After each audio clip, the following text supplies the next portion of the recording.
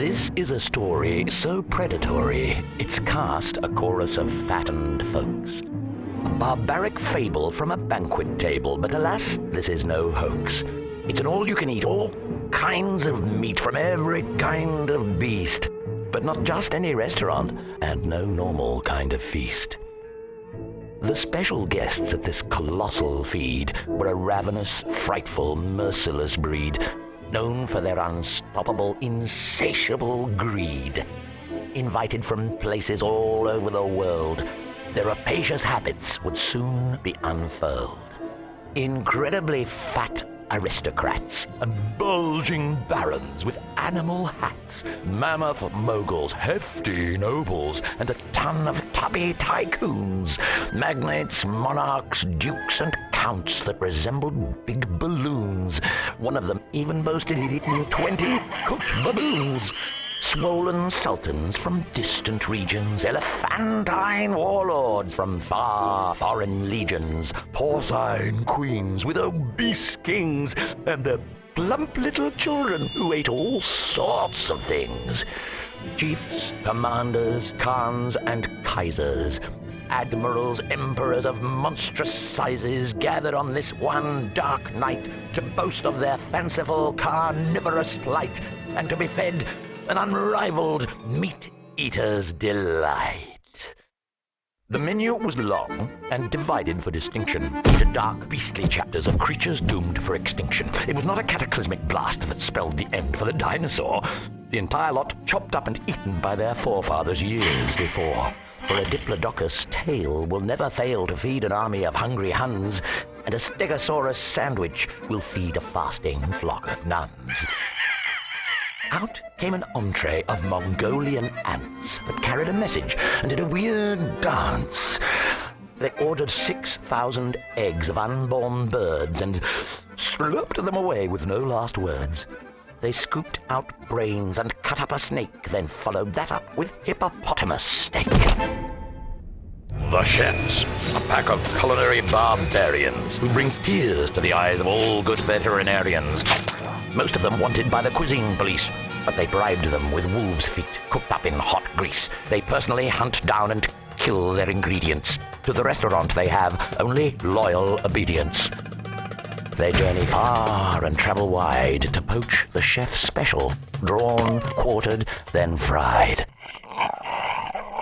Their kitchen like a slaughterhouse, an abattoir for porterhouse. What goes in alive comes out dead, and what goes in deceased comes out deader.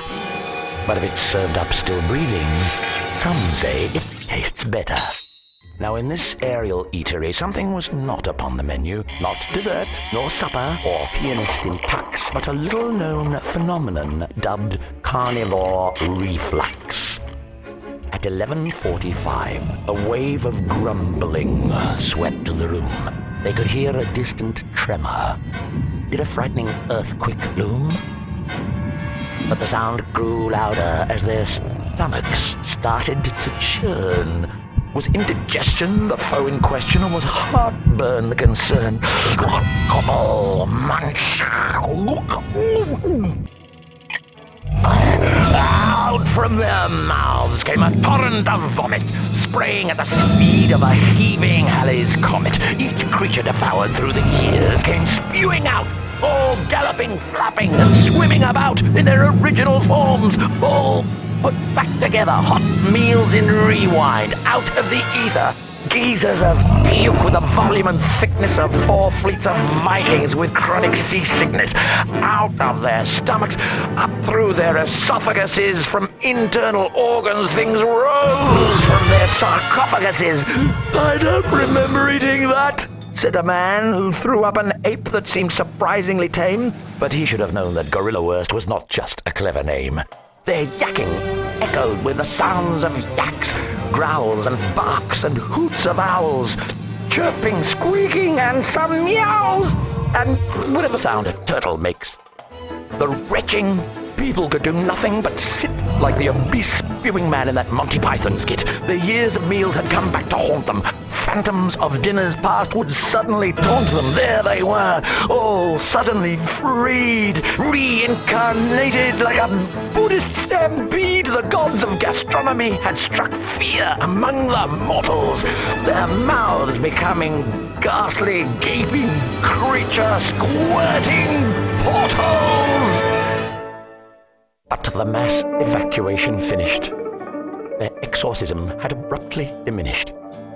The guests had managed to shed all their pounds and looked remarkably thinner, all because of an epic purge that followed their extravagant dinner. Were the savage chefs to blame, or mutant food poisoning, the doctors would claim? Did the maitre d' lace their 4 courses, or was this a result of much higher forces? The sky had fallen on their voracious appetite. They swore never to eat meat again, to avoid such a volcanic night. Oh, but this isn't just a warning for only you meat-eating kind, as herbivore bowel can creep up from behind. For far away in a country that starts with a Z, near the Ottoman Empire, and a sea that is red, a vegan woman passed a fruit orchard, it said, and another leaf-eating man some million miles away pooped out a pumpkin patch at 11:46. They say.